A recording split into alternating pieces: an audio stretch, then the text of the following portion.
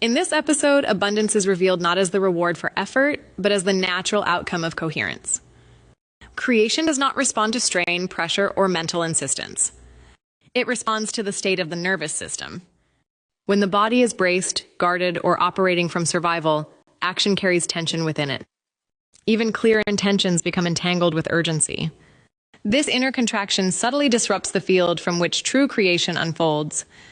Coherence begins when the body feels safe enough to soften. Breath deepens.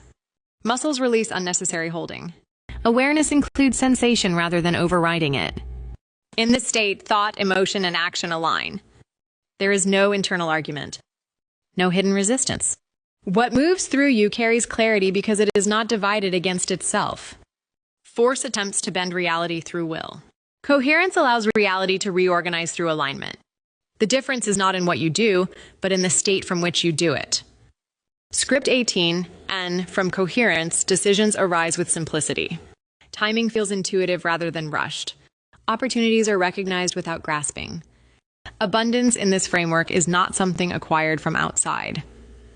It is what naturally circulates when contraction dissolves. The body becomes a stable conduit rather than a battleground of conflicting impulses. Action becomes efficient because it is undivided. Creation through coherence is quiet. It does not rely on pushing harder. It rests in the understanding that when the system is regulated and aligned, life responds in kind. The ego struggles to manifest cleanly because it is organized around protection rather than coherence.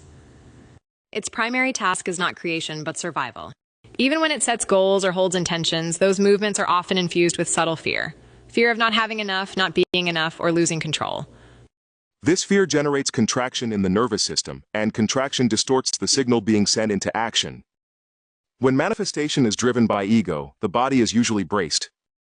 There may be urgency, comparison, or a need to prove. The desired outcome becomes entangled with identity.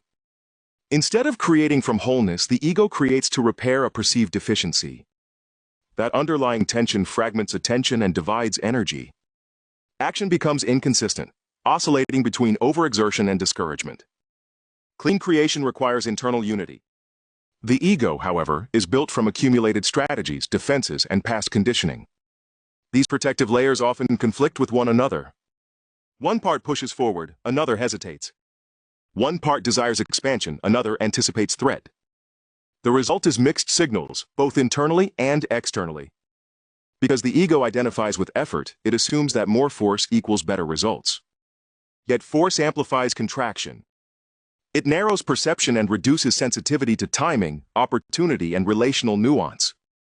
Manifestation becomes heavy rather than fluid.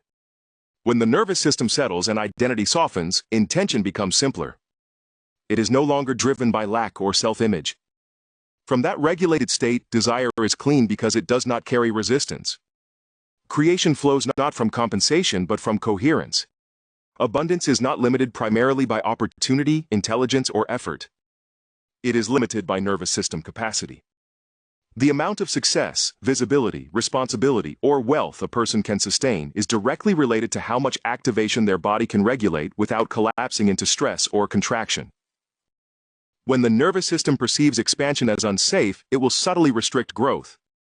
Increased income, recognition, or influence may initially feel exciting, but if the body associates intensity with threat, it will begin to tighten. This tightening can appear as self-sabotage, procrastination, conflict, sudden fatigue, or loss of clarity. The system is not trying to fail, it is trying to return to what feels familiar and manageable. Capacity refers to the ability to stay present with higher levels of energy without bracing. It is the ability to remain open when more responsibility, money, or visibility arrives. Without sufficient capacity, abundance feels overwhelming rather than supportive. The body contracts to reduce stimulation, and opportunities narrow accordingly. Expanding abundance therefore requires expanding regulation. As the nervous system becomes more resilient and adaptable, it can tolerate greater intensity without losing coherence. Breath remains steady. Perception stays wide. Decisions remain grounded. In this way, abundance grows in proportion to safety. The system only allows what it can hold. When the body trusts that expansion does not equal danger, it stops limiting what can enter and circulate. Wealth and opportunity then become sustainable, not because they are pursued harder, but because they can be embodied fully. Embodied alignment with Source is not a mystical event. It is a regulated state in which the body, mind, and awareness are no longer divided. When alignment is present, there is no internal struggle between what is desired and what feels safe. The nervous system is settled enough to allow energy to move without bracing, and intention arises from clarity rather than compensation. Source, in this context, is not something external to access. It is the underlying field of intelligence that animates experience. When the body is contracted, that intelligence is filtered through fear and defense. Perception narrows. Desire becomes distorted by urgency or self-image. But when contraction softens, awareness becomes steady and inclusive. Action flows from a deeper coherence. Embodiment is essential because alignment cannot remain abstract. It must be lived through breath, posture, tone, and pacing. The body becomes the instrument through which alignment expresses itself. Decisions feel grounded. Communication carries presence. Movement is efficient because it is not fragmented by hidden resistance. In embodied alignment, there is less forcing and more listening. Sensation becomes guidance rather than obstacle. Timing becomes intuitive because perception is not clouded by anxiety. Abundance emerges as a byproduct of resonance with this deeper order. To align with Source is to allow the system to rest in unity. From that unity, creation becomes natural. There is no need to strain toward outcomes. What is initiated carries integrity because it arises from wholeness. Alignment is not something achieved, it is something uncovered when protection relaxes and coherence returns. Manifestation is often misunderstood as the act of attracting or acquiring something separate from oneself. In a somatic framework, it is better understood as the flow of unity expressing itself through form. What appears as external creation is the natural movement of a unified field organizing into experience. When the nervous system is fragmented, perception divides reality into me and what I want.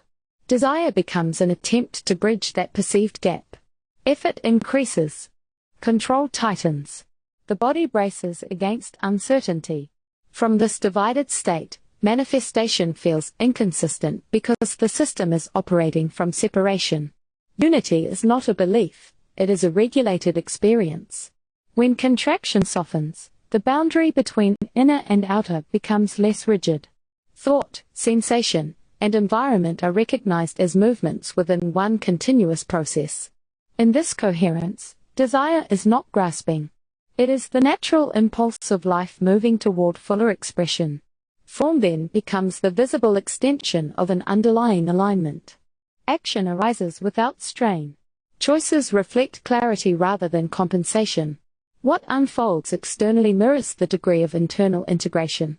Manifestation, in this sense, is not about forcing outcomes or controlling events. It is about allowing unity to organize itself through the body, through perception, and through relationship. The more coherent the system, the more fluid the expression. Abundance emerges as continuity rather than conquest. Life is not something to capture, it is something to participate in. When unity flows unobstructed, creation becomes the effortless shaping of form from within wholeness. The body is not an obstacle to manifestation. It is the doorway through which living creation enters form. Every intention, decision, and movement is filtered through the nervous system. If the body is contracted, creation will reflect contraction. If the body is regulated and open, creation will reflect coherence. Many approaches to abundance focus on thought alone.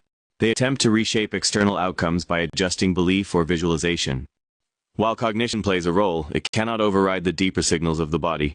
The nervous system determines whether expansion feels safe. Without safety, even the most positive intention is carried by subtle tension. The body reveals truth before the mind can interpret it. Tightness in the chest, shallow breathing, or restless urgency are signals that the system is not fully aligned. These sensations are not problems to eliminate. They are information. When met with awareness and regulation, contraction begins to soften. As the body becomes more present and integrated, creation becomes embodied rather than imagined. Action arises from grounded clarity. Timing is sensed through attunement rather than analysis. Opportunities are recognized not because they are forced, but because perception is unobstructed. Living creation is not manufactured through effort. It unfolds as the body learns to remain open to intensity without bracing. In that openness, desire moves cleanly into action.